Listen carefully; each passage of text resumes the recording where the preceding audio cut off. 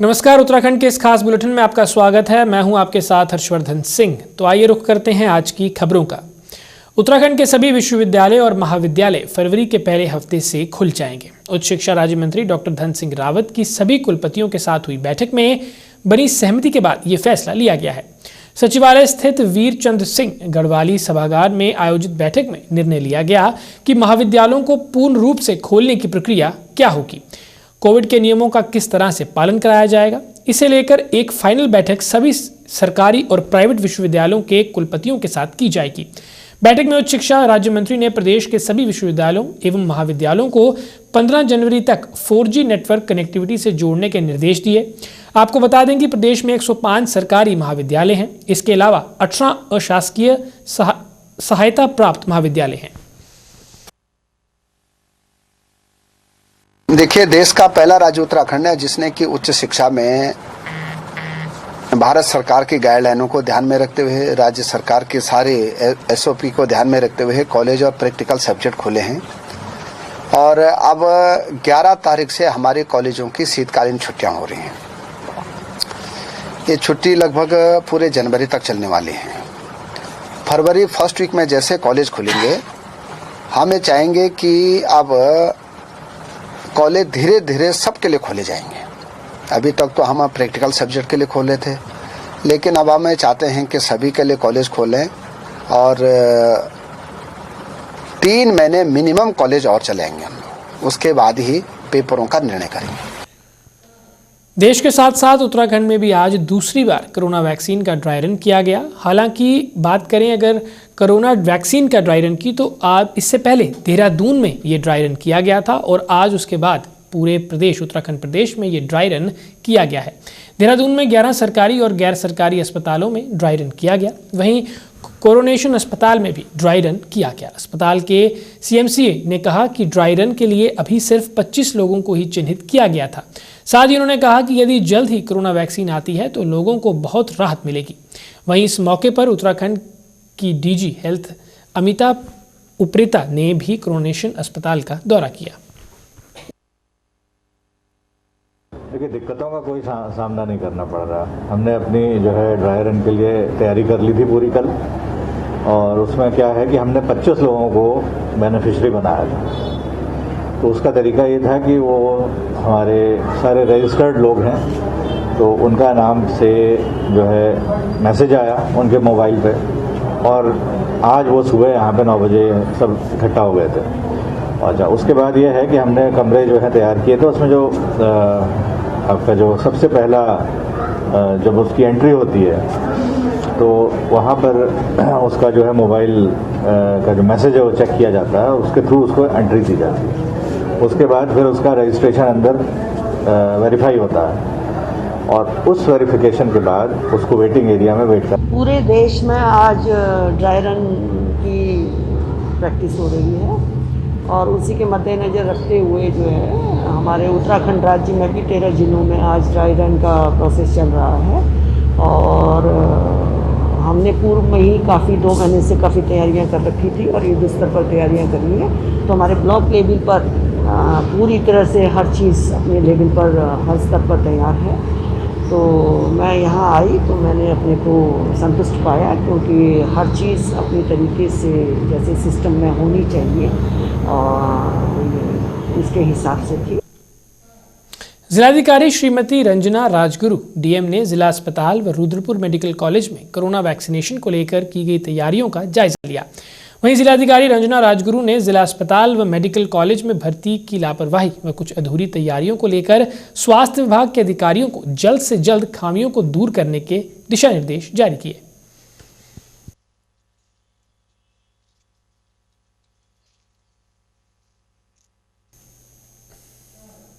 Corona संक्रमण से बचने के लिए तैयार की गई कोविड-19 वैक्सीन के टीकाकरण का ड्राई रन आज प्रशासनिक अधिकारियों की मौजूदगी में लालकुआं में पूर्व स्वास्थ्य केंद्र में आयोजित किया गया, जिसमें प्रथम चरण में 25 आशा वर्करों का टीकाकरण किया गया।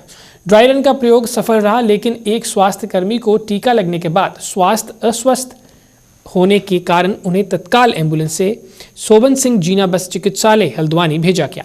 कोविड-19 के ब्लॉक स्वास्थ्य अधिकारी डॉक्टर हरीश चंद्र पांडे ने बताया कि प्रथम चरण में आशा वर्करों को टीका लगाया जा रहा है, जिसके पश्चात उनको आधे घंटे तक भर्ती करते हुए उनके स्वास्थ्य का चेकअप किया जा रहा है। फिलहाल पूरी तरह से स्वस्थ होने के बाद ही उनको जाने दिया जा रहा है।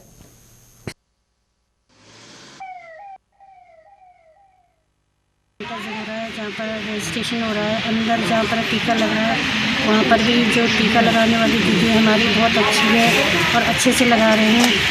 और उसके बाद में फिर दूसरे कमरे में जाना है, वहाँ पर भी अपने हाथ वगैरह सैनिटाइजर धो रहे हैं, वहाँ पर भी वो लोग हमारी केयर अच्छी कर रहे हैं और पूछ भी रहे हैं कहीं आपको कोई परेशानी या दिक्कत तो नहीं है, और ये भी पूछ रहे हैं कि कहीं चक्कर आना या उल्टी होना या पेट में दर्द, खुजली वगैरह, जलन और बाकी सब सुविधाएं अच्छी है। आपकी रिपोर्ट आ गई? अब जब इंजेक्शन लग रहा है तो दिक्कत हो रही थी, उसको हमने देश चिकित्सालय हल्द्वानी के लिए रिफर किया गया है और वहाँ के जो नोडल अधिकारी हैं उनसे कॉन्टेक्ट कर लिया गया और वहाँ पर वो उनका बेड तैयार है, तो यहाँ से हमने उनको प्रशासन की तरफ से, स्वास्थ्य विभाग की तरफ से, पुलिस की तरफ से सारी व्यवस्थाएँ बिल्कुल सही हैं और पुलिस की व्यवस्थाएँ की गई हैं और किसी चीज़ की कोई परेशानी नहीं हो रही है और शांतिपूर्ण सारा कार्य संपन्न है। अच्छा, ये वैक्सीन जाएगा, अभी देखना चाह रहे हैं कि हमारी तैयारियां कैसी हैं और हमारे क्या क्या लूज पोल हैं, उन चीज़ों को भरने के लिए हम ये चीज़ें देख रहे हैं।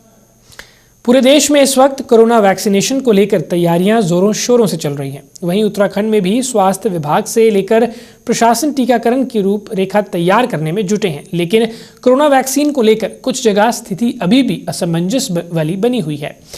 समुदाय विशेष के कुछ लोगों का कहना है कि वैक्सीन में कुछ तत्व ऐसे मौजूद हैं जिन्हें धर्म विशेष के लोगों की ओर से इस्तेमाल नहीं किया जा सकता। इसको लेकर आम जनता में कहीं ना कहीं क्या हालात बने हुए हैं, आइए देखते हैं।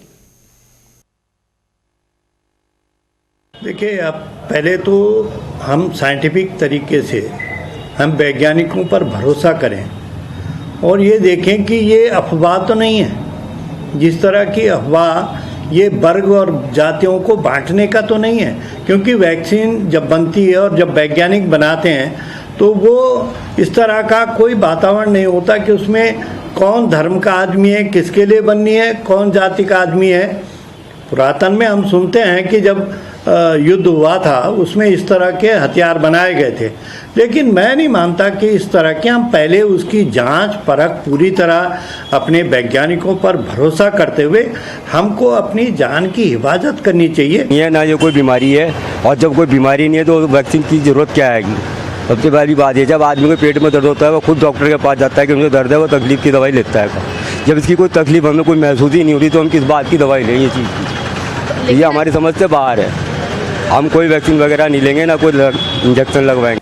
देखिए, इस विषय को लेकर तो जो विज्ञानी है, जहाँ जिस लैब में तैयार हो रही है, पूर्णता तो वही लोग बता पाएंगे, लेकिन मेरा सभी से अनुरोध है कि जीवन सर्वोपरि है और इस कोरोना काल के दौरान सरकार द्वारा, हमारे वैज्ञानिकों द्वारा इतनी मेहनत के साथ ये कोरोना वैक्सीनेशन की यहाँ पे विश्व में 190 देशों में केवल 5 देशों ने जो है इसको अपनी वैक्सीन बनाई है, जिनमें से भारत एक है। तो सबको कांग्रेस के मायाजाल में या विपक्षियों के भ्रमजाल में न फंसकर सीधे सीधे वैक्सीनेशन कराना चाहिए। जीवन सर्वोपरि है और जीवन है तो सब। हरिद्वार ज्वालापुर कोतवाली क्षेत्र के जमालपुर में रेलवे ट्रैक पर एक बड़ा हादसा पेश आया है, जिसमें रेलवे की लापरवाही के चलते 4 लोगों ने अपनी जान गंवा दी है। जमालपुर रेलवे फाटक पर दोहरीकरण का कार्य चल रहा था और आज रेलवे द्वारा ट्रैक पर ट्रेन का ट्रायल किया गया, लेकिन क्षेत्र में रेलवे द्वारा कोई सूचना नहीं दी गई थी, जिस कारण यह हादसा पेश आया है। स्थानीय लोगों में इसको लेकर काफ़ी आक्रोश है। वहीं सूचना मिलने पर मौके पर पहुंचे बीजेपी ग्रामीण विधायक स्वामी यतीश्वरानंद ने इस घटना को लेकर रेलवे की लापरवाही को उजागर किया है। मौके पर पहुंची पुलिस ने शव को कब्जे में लेकर पोस्टमार्टम के लिए भेज दिया है। जमालपुर क्षेत्र में ट्रेन से रन ओवर होने की घटना हुई है। इसमें लगभग 3 से 4 लोगों की मृत्यु अभी तक प्रकाश में आई है और में पंचायतनामा पोस्टमार्टम की कार्रवाई की जा रही है। ये ट्रैक फिलहाल निर्माणाधीन था और इसको रिसेंटली इसका ट्रायल हो रहा था और ट्रायल के दौरान ही ये घटना हुई है और बाकी जानकारी हम लोग कर रहे हैं इसमें और लगभग 6:30 बजे की घटना है। अभी फ़िलहाल जो मृतक हैं उनकी शिनाख्त नहीं हो पाई है। हम लोग प्रयास कर रहे हैं और उनसे उनकी जो बॉडीज़ हैं मॉर्चरी भिजवा दी गई हैं। अभी हम आइडेंटिफिकेशन के लिए प्रयास कर रहे हैं। रेल दुर्घटना में मारे गए हैं, लेकिन अब तक ये नहीं पता चला कि वे कौन थे, कहाँ के रहने वाले थे, उनके क्या नाम थे, क्योंकि बहुत ही बुरी तरह से सारा शरीर तितर बितर है, उनके शरीर का हर अंग अलग हुआ है, तो इसलिए ये पता नहीं चला कि उनके क्या नाम है। लेकिन मैं समझता हूँ इसमें कहीं न कहीं हमारा जो रेलवे विभाग है उसकी बहुत बड़ी गलती है। अगर आज उन्होंने नई रेलवे लाइन का ट्रायल करना था तो कम से कम आबादी का क्षेत्र इसमें अलाउंसमेंट करना चाहिए था, क्योंकि यहाँ के जो दोनों साइड के रहने वाले लोग हैं उनको अब तक ये मालूम था कि जो ये रेलवे लाइन नई बिछाई गई है इस पर ट्रेन नहीं चलती है, इसलिए कॉलोनी के लोग इस पर आके बैठ भी जाते थे। तो इसमें बहुत बड़ी गलती है रेलवे विभाग की। अलाउंसमेंट पहले करना चाहिए था, उसके बाद इस पर ट्रेन का ट्रायल लेना चाहिए था। शताब्दी मुझे पता लगे ये शताब्दी ट्रेन थी, तो कोई भी ट्रेन हो लेकिन गलत तरीका था इनका ट्रायल करने का। और दूसरी बात, इसमें रेलवे विभाग की गलती मानते हैं, बहुत बड़ी गलती है। हम चाहते हैं कि इनको मुआवजा दिया जाए। और दूसरी बात, जो कॉलोनी के दोनों साइड में दीवारें बनाई जाए, उसके ऊपर तार बाड़ की जाए ताकि कोई बच्चा, कोई कॉलोनी का लोग इसको पार न करे। आज दिन में ट्रायल हुआ था रेलवे का इस नए ट्रैक का, और वो ट्रायल जो है फिर जो ट्रेन दौड़ाई लगभग 6:30 बजे। ट्रेन गई लक्सर की तरफ से जो है रेलवे स्टेशन हटा, वो स्पीड उसकी काफ़ी थी, 120 मान के चलो कम से कम, क्योंकि ट्रायल के तौर पर उसने ट्रेन भगाई दी। उसके बाद जो है जैसी धूल सी बंद हुई तो एकदम से जो अचानक सामने को नजर गई, तो वहाँ पे जो है ऐसा लगा कुछ पड़ा है, तो बॉडी बड़ी थी। फिर दाएँ बाएँ को लगाए, इधर को 10 मीटर, पीछे को 10 मीटर आगे को, तो और बॉडी बड़ी थी। तो यहाँ पे 3 एक और हमारे से थोड़ा सा और 100-150 मीटर पीछे चौथी, और उनके हिस्से कुछ दूरी पे 2-2, 4-4 फीट की दूरी पे पड़े हुए मिलेंगे, हाथ पैर। ये ट्रैक नया चालू हुआ है, लोग अब तक इसे जो है ट्रैक को बंद मान रहे थे, तो इस पे चल भी देते थे, दिन में भी घूम लेते थे। अभी बंद था, अंधेरा था 6:30 बजे, तो ये मान लो। बाकी ट्रायल के तौर पर ट्रेन की स्पीड तो थी। वहीं रेलवे के दर्दनाक हादसे में 4 लोगों की मौत के बाद स्थानीय लोगों ने रेलवे ट्रैक पर बैठकर प्रदर्शन किया। उसके बाद मौके पर स्थानीय विधायक सहित अन्य लोगों ने भी धरना प्रदर्शन में अपना समर्थन दिया। लोगों ने कहा कि जब तक मृतकों के परिजनों को मुआवजे का ऐलान नहीं किया जाता तब तक वह रेलवे ट्रैक को नहीं छोड़ेंगे। किसी तरह प्रशासन और रेलवे अधिकारियों ने मौके पर पहुंचकर स्थानीय लोगों को समझाने की काफ़ी कोशिश की। वहीं रेलवे अधिकारी मौके पर पहुंचे, उन्होंने कहा कि उचित स्तरीय जांच के लिए आदेश दे दिए गए हैं और जल्दी इस पर गहनता से जांच की जाएगी। उनके उन सबको आज ही लाइन हाजिर कर लिया, एक तरह से उनको सबको बरेली बुला लिया है, बरेली मुरादाबाद बुला लिया गया है। और आगे हम लोगों ने सीएम साहब से भी बात की है कि इन परिवार की मदद के लिए, वैसे तो जो उनकी क्षति हुई है उसकी किसी भी चीज़ से पूर्ति नहीं हो सकती, कितने भी धन दे लें उससे भी पूर्ति नहीं हो सकती, लेकिन कुछ उनके अंदर गरीब भी हैं, थोड़ा जिनकी माली हालत बहुत अच्छी नहीं है, तो हमने सरकार से रिक्वेस्ट की, तो मुख्यमंत्री ने भी 2-2 लाख रुपए सबको देने की घोषणा वहाँ से की है। रेलवे मिनिस्ट्री में दिल्ली बात कर रहे हैं कि रेलवे के द्वारा जो कुछ हो सकता होगा वो जांच के बाद वहाँ से भी उनको कुछ आर्थिक सहायता हम दिला पाएँ, ऐसे हम लोग प्रयास कर रहे हैं। क्या रेलवे पास की बात हुई है? अंडरपास यहाँ बनेगा, अंडरपास के लिए आज ही दिल्ली से टीम आ रही है सर्वे की। वो पहले से यहाँ पर प्रस्तावित था, किन्हीं कारणों से कुछ लैंड इशू थे जिनके कारण वो जो अभी तक नहीं प्रॉपर हो सका था। हमने उनसे बोला कि वो टीम आ जाएगी तो हम ग्रामीण लोगों के साथ बैठ के, यहाँ के लोगों के साथ बैठ के उसका रास्ता निकालेंगे कि वो कितना चौड़ा होना चाहिए कि लोगों के कुछ के मकान टूट। अध्यक्षता श्री NN सिंह ADR मुरादाबाद कर रहे हैं और जाँच आज से ही शुरू हो गई है इसकी। उस जाँच में जो भी निकल के आता है, जो भी दोषी पाया जाता है, उसके ऊपर रेलवे प्रशासन अपनी तरफ से सख्त कार्रवाई करेगी। इसके अलावा जो मैजिस्ट्रियल जांच जो है स्टेट गवर्नमेंट करवा रही है वो अलग है ये, और रेलवे भी जो इस जांच कमेटी के अध्यक्ष हैं श्री NN सिंह, वो मिली है।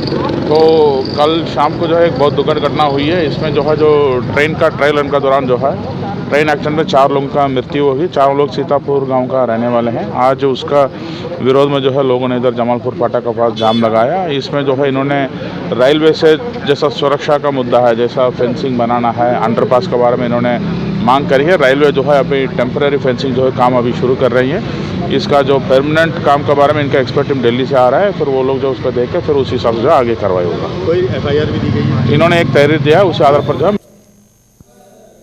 जिले के दूरवर्ती मोरी तहसील के दूरस्थ हटवाड़ी गांव में गुरुवार सुबह उस समय एक बड़ा हादसा पेश आया जब गांव के ऊपरी पहाड़ी से अचानक बर्फ के कारण गदेरे में भूस्खलन होने के साथ करीब 10 भवन क्षतिग्रस्त हो गए।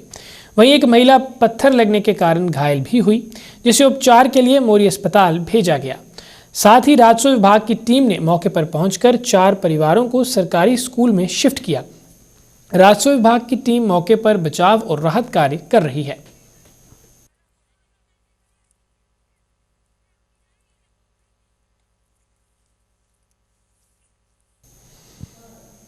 हल्द्वानी पहुंचे उत्तराखंड के पूर्व मुख्यमंत्री हरीश रावत ने बड़ा बयान दिया है। हरीश रावत ने कहा कि 2022 में कांग्रेस 50 सीटों के साथ राज्य में सरकार बनाएगी। इस दौरान हरीश रावत ने पहाड़ी ढोल बजाकर कार्यकर्ताओं में जोश भरते हुए कहा कि जनता के वोट की बदौलत 2022 में बड़ा बदलाव होगा और कांग्रेस 2017 की हार का बदला 2022 में प्रचंड बहुमत सरकार बनाकर लेगी।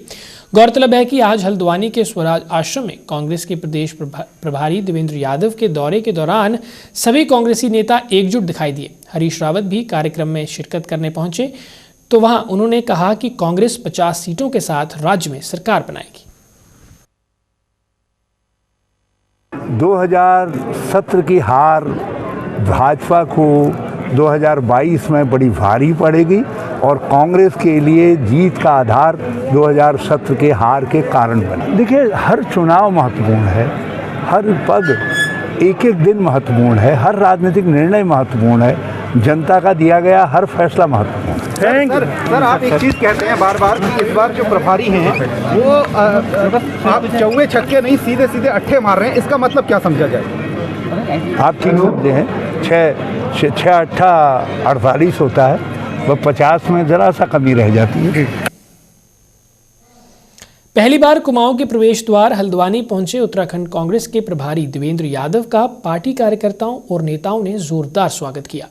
वहीं इस दौरान अपने स्वागत को देख राज्य के प्रभारी देवेंद्र यादव बेहद उत्साहित नजर आए, जिनके बाद प्रदेश प्रभारी कुमाऊं मंडल की बैठक लेने स्वराज आश्रम पहुंचे, जहां प्रदेश अध्यक्ष प्रीतम सिंह, नेता प्रतिपक्ष इंदिरा हृदयेश, पूर्व मुख्यमंत्री हरीश रावत मौजूद रहे। बैठक में कुमाऊं मंडल के कई विधायकों के साथ ही पार्टी पदाधिकारी और कार्यकर्ता शामिल हुए। प्रदेश प्रभारी देवेंद्र यादव ने 2022 विधानसभा चुनाव के लिए सभी कार्यकर्ताओं से एकजुट होने का आह्वान किया। जाएंगे और बताएंगे, लग जाओ हर गली हर इलाके सबसे बातचीत करो और बताओ महंगाई बहुत है, बेरोजगारी बहुत है, शोषण हो रहा है, लोगों के रोजी रोटी छिन गई है और ये सरकार पूरी तरह विफल हो चुकी है। जुड़ता है, लेकिन प्रतिदिन हम एक साथ नहीं रह सकते। आखिर इतना बड़ा काम है, इतनी बड़ी जिम्मेदारियां हैं, सबके अपनी अपनी जिम्मेदारियां भी हैं, सब एक जगह नहीं रह सकते, हर कार्यक्रम में भी एक साथ नहीं दिखाई दे सकते, लेकिन जो महत्वपूर्ण कार्यक्रम होते हैं उनमें सब लोग एक साथ रहते हैं। जैसे आज मैं ही आया हूँ, तो कहीं कोई आता है, कहीं कुछ लोग एक आध नहीं आ पाता, लेकिन उन सब चीज़ों को लेकर के हम मीडिया के दोस्तों के बहुत आभारी हैं कि आप हमारी पार्टी में इतना इंटरेस्ट रखते हैं। लेकिन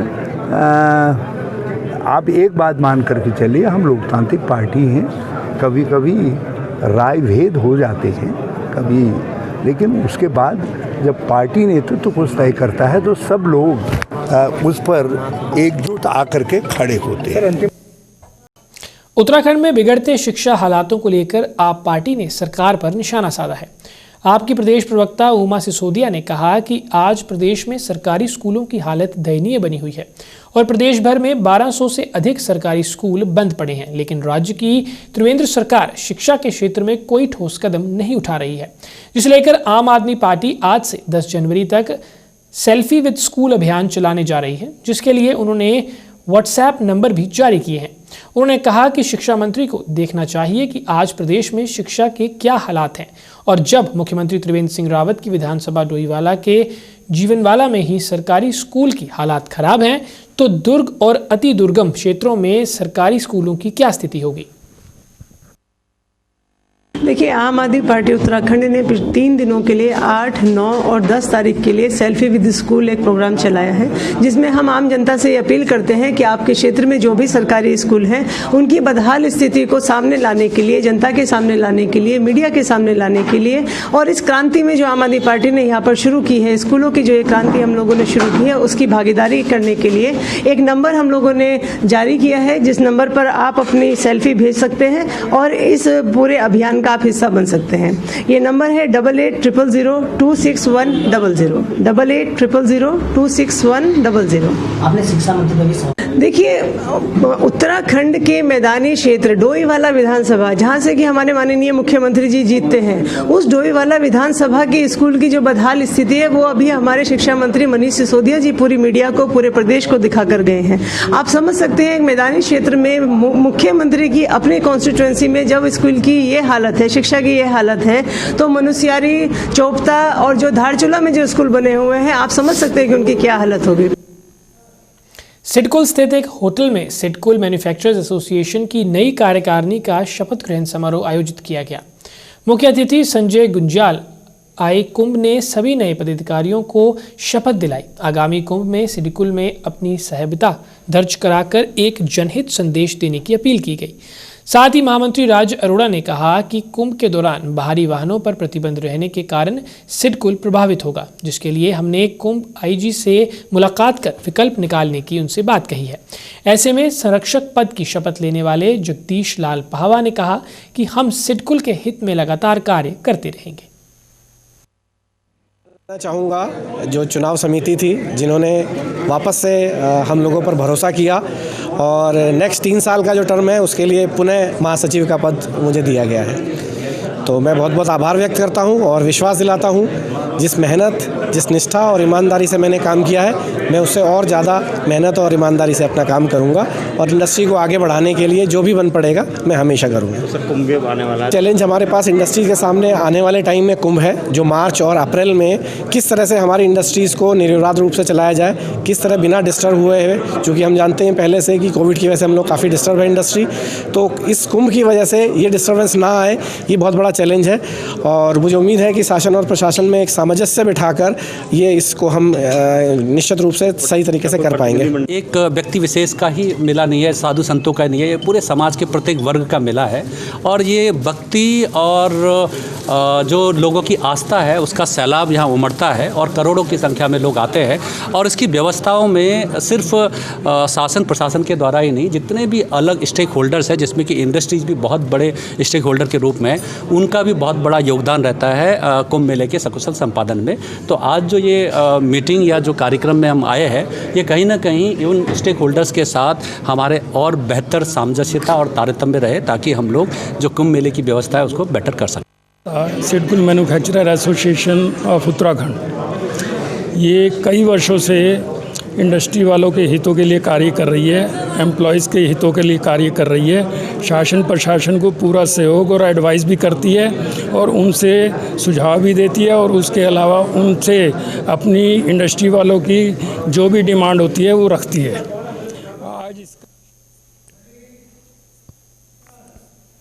आज के लिए इतना ही, दीजिए इजाज़त, नमस्कार।